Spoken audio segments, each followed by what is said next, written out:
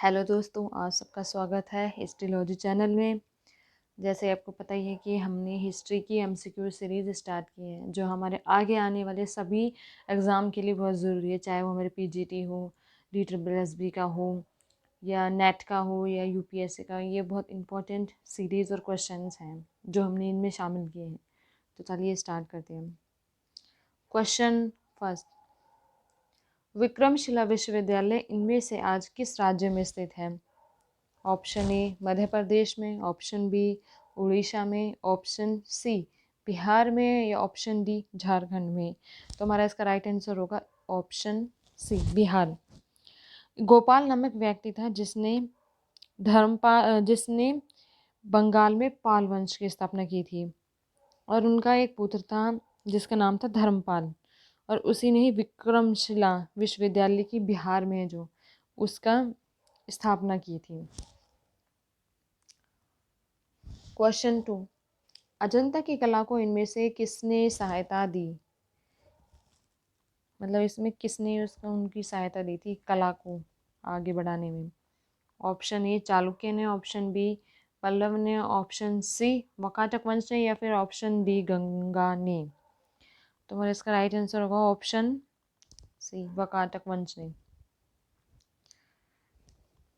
वाकाटक वंश जो है दक्षिण पथ में शासन करने वाले राजवंश थे, और ये सबसे ज़्यादा सर्वाधिक सुसंस्कृत वंश था, जिसने अजंता की कला को संरक्षण करने में अपना विशेष योगदान दिया था।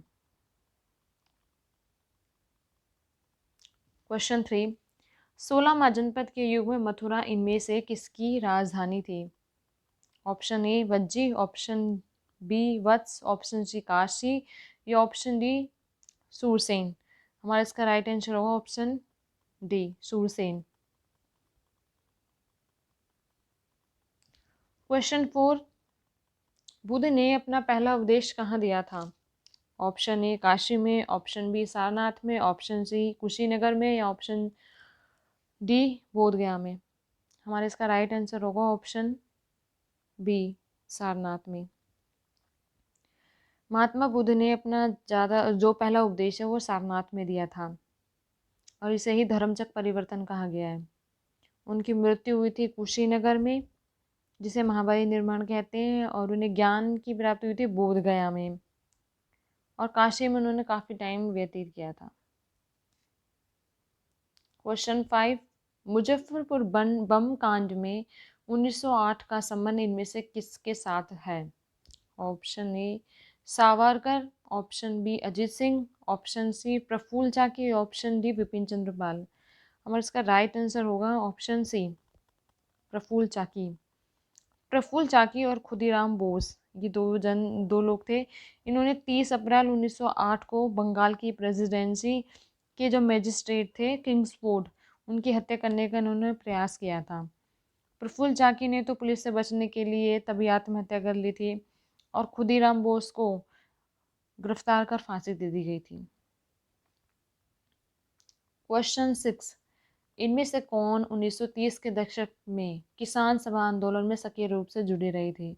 Option A Swami Vidyanand, option B Swami Sahajanand, या ऑप्शन सी बाबा रामानंद, या ऑप्शन डी सरदार पटेल। हमारा इसका राइट आंसर होगा ऑप्शन बी स्वामी सहजानंद। सविनय अवज्ञा आंदोलन की समाप्ति के बाद 11 अप्रैल 1936 को लखनऊ में एक अखिल भारतीय किसान सभा की स्थापना हुई थी, और प्रथम अखिल भारतीय किसान सभा के जो अध्यक्ष थे वो स्वामी सहजानंद सरस्वती थे, और 1930 तक के किसान आंदोलन के प्रमुख नेता थे। क्वेश्चन 7, लाहौर कांग्रेस ने पूर्ण स्वराज की घोषणा सबसे पहले कहाँ की थी? ऑप्शन ए लाहौर में, ऑप्शन बी अमृतसर में, ऑप्शन सी लखनऊ में, या ऑप्शन डी त्रिपुरा में। और इसका राइट आंसर होगा ऑप्शन ए लाहौर में। कांग्रेस द्वारा लाहौर का जो अधिवेशन है वो 1929 में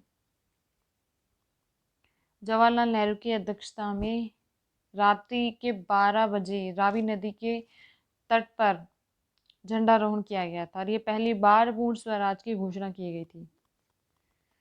क्वेश्चन 8, रॉलेट एक्ट लाने का प्रयोजन क्या था? मतलब रॉलेट एक्ट लाने का क्यों लाया गया था ये? ऑप्शन ए भूमि सुधार के लिए, ऑप्शन बी राष्ट्रीय क्रांतिकारी गतिविधियों को रोक लगाने के लिए, या option C balance of trade को ठीक करने के लिए, या ऑप्शन डी द्वितीय विश्व युद्ध के बंदियों पर मुकदमा चलाने के लिए। हमारा इसका राइट आंसर होगा ऑप्शन बी। रॉलेट एक्ट लाने का जो प्रयोजन था वो राष्ट्रीय एवं क्रांतिकारी गतिविधियों पर रोक लगाना था। कैसे? 17 मार्च 1919 को, है ना, 17 मार्च 1919 को विधान परिषद में ये रॉलेट एक्ट जो पारित कर दिया गया था।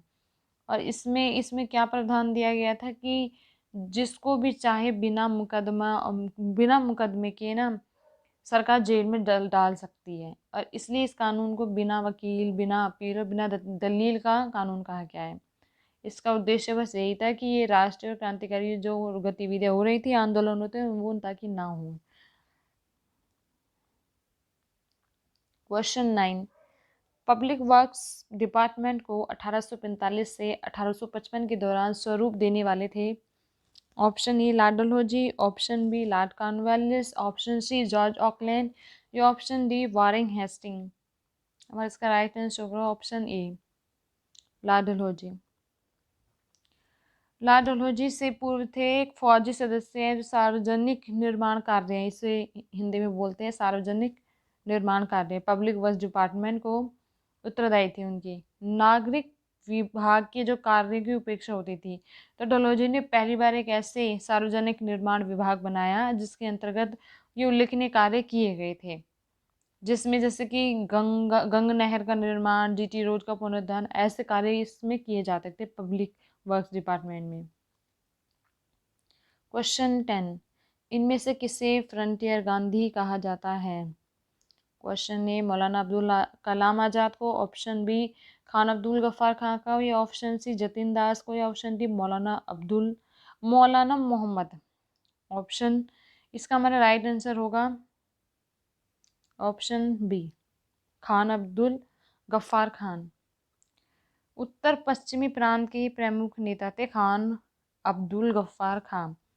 ये प्रसिद्ध गांधीवादी नेता थे। क्यों? क्योंकि उनकी जो नीति और विचार थे बिल्कुल गांधी जी की तरह थे, इसलिए इन्हें भी सीमांत गांधी या फ्रंटियर गांधी कहा जाता था।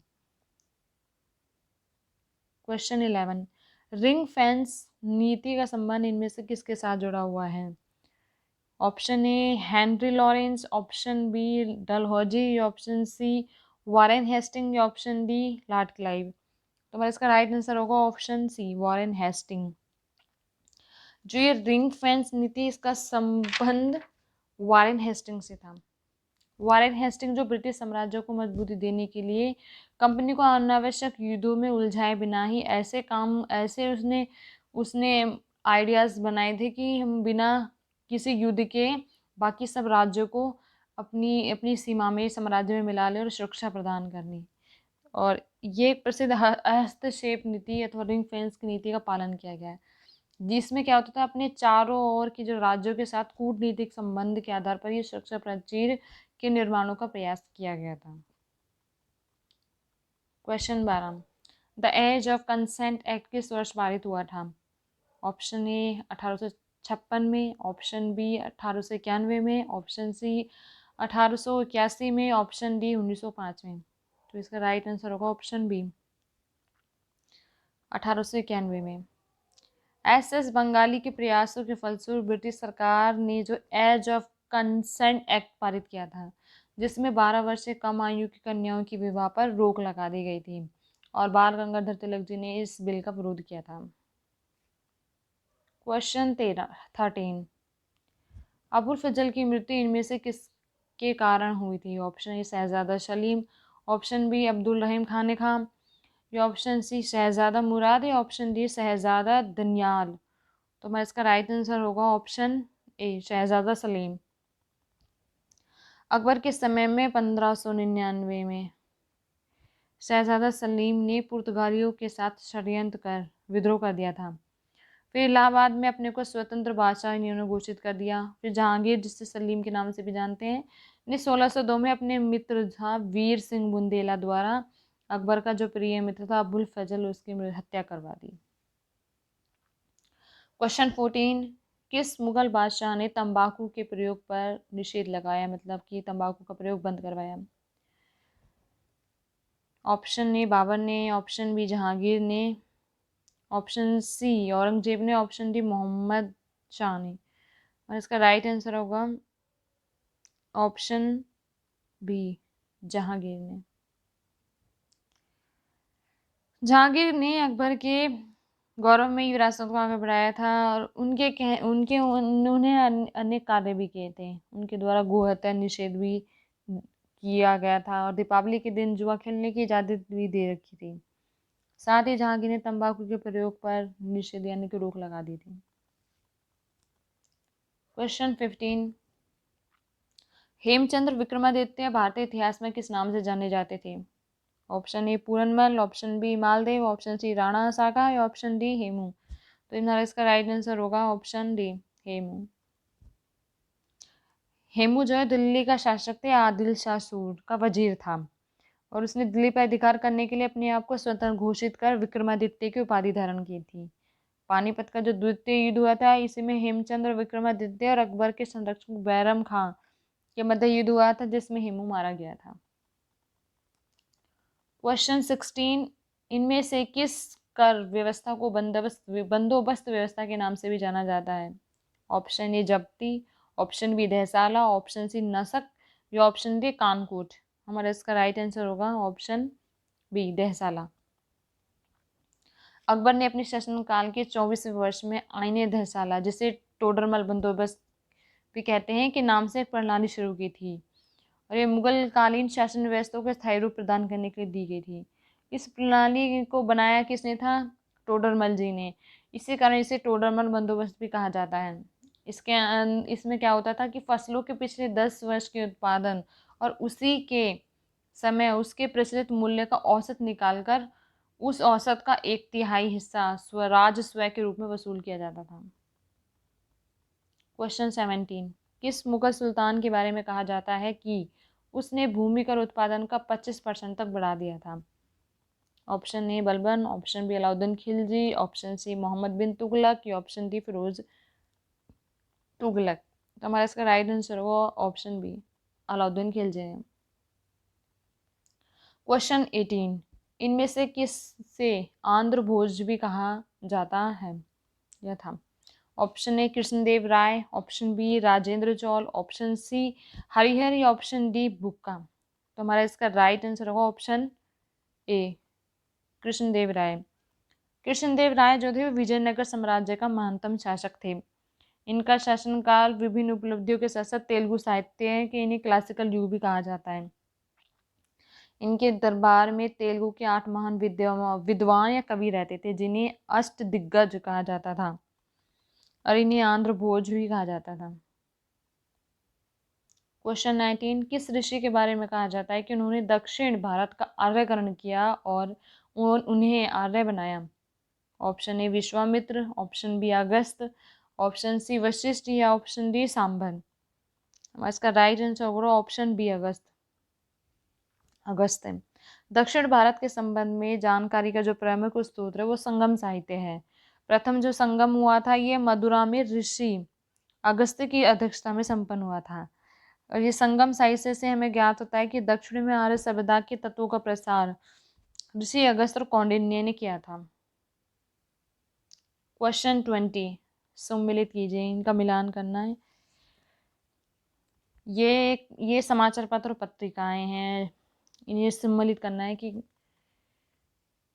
ऑप्शन एक भारत मित्र, एक बंगाली, राष्ट्रीय मत गुजराती है या प्रजामित्र हिंदी या डी नायक मराठी। तो भारत मित्र जो है वो हिंदी में थी, हिंदी भाषा में। जो राष्ट्रीय मत थी वो मराठी में। जो प्रजामित्र थी वो थी गुजराती में और नायक बंगाली में। यानी कि हमारा जो भारत मित्र समाचार पत्र था ना वो लिखा गया था हिंदी में। राष्ट्रीय मत जो समाचार पत्र था वो लिखा गया मराठी में और जो प्रजा मित्र वो समाचार पत्र था वो गुजराती भाषा में था और नायक जो था वो बंगाली भाषा में था। अगर आपको हमारी ये वीडियो अच्छी लगी हो तो प्लीज़ इसे शेयर करें, लाइक करें और हमारे चैनल को सब्सक्राइब करें। धन्यवाद।